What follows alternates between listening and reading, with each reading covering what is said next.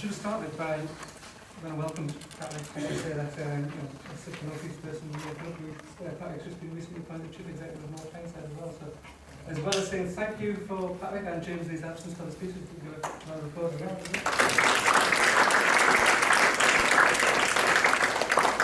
I'll hand over in a second to David to sort of lead on the workshops, but just a few reflections on what we've seen. Yeah, it's a fabulous context for us to have these discussions. I think it's really refreshing to hear the humility of our public sector leaders and saying that actually we've got it wrong in the past and we've had opportunities in the past to integrate, to do things differently, and we haven't. I think it's really good from that context. And I think there's so much similarity in both of the discussions as well. We focus a lot on the 5 or the 10% cuts rather than the 90% that we have to spend. There's a absolute clarity that we need to do things differently. So we do need to become butterflies and integrate. But I think for me there's some other things as well. So a lot of what we talk about is supply led. So it's about supply side. It's about how do we do the things that we do differently, or how do we do more, or how do we change activity levels.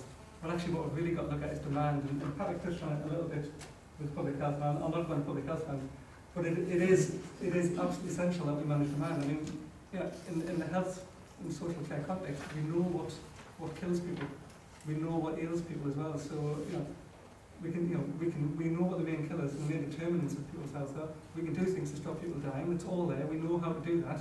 We also, there's no point not letting people die if they're going to be ill for a lot longer in their life. That doesn't help anyone. But we also know what ails people, and we know what we can do about that as well.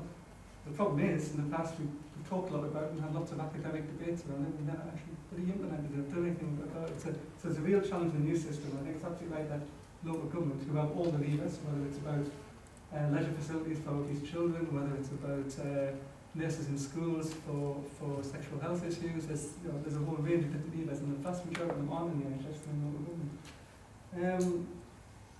So yeah, I'll come off that. I think,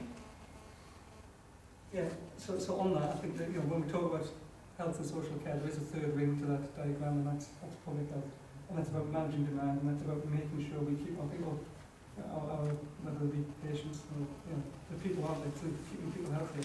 And actually, that's not just about saving money and reducing the burden of going forward. That's what we want, isn't it? That's what we want for our residents, our community. We want people to be fit and healthy, leading productive lives. And I know some people say, "Oh, but you die of something anyway." Well, actually, yes, you do. But if you might as well, if you can get extra 10 healthy, productive years out of people, then the economy will benefit from that, because you've got people who are adding something rather than just taking resource out of society. So it's really, really important. And the final thing I wanted to say was, if you go back to James's web, visualising it on the screen there, if you were a paying customer, if you had that in the private sector, the system would be bankrupt, wouldn't it? Nobody would try and work their way through that system anyway. So we have to design something in a way that works for the customer.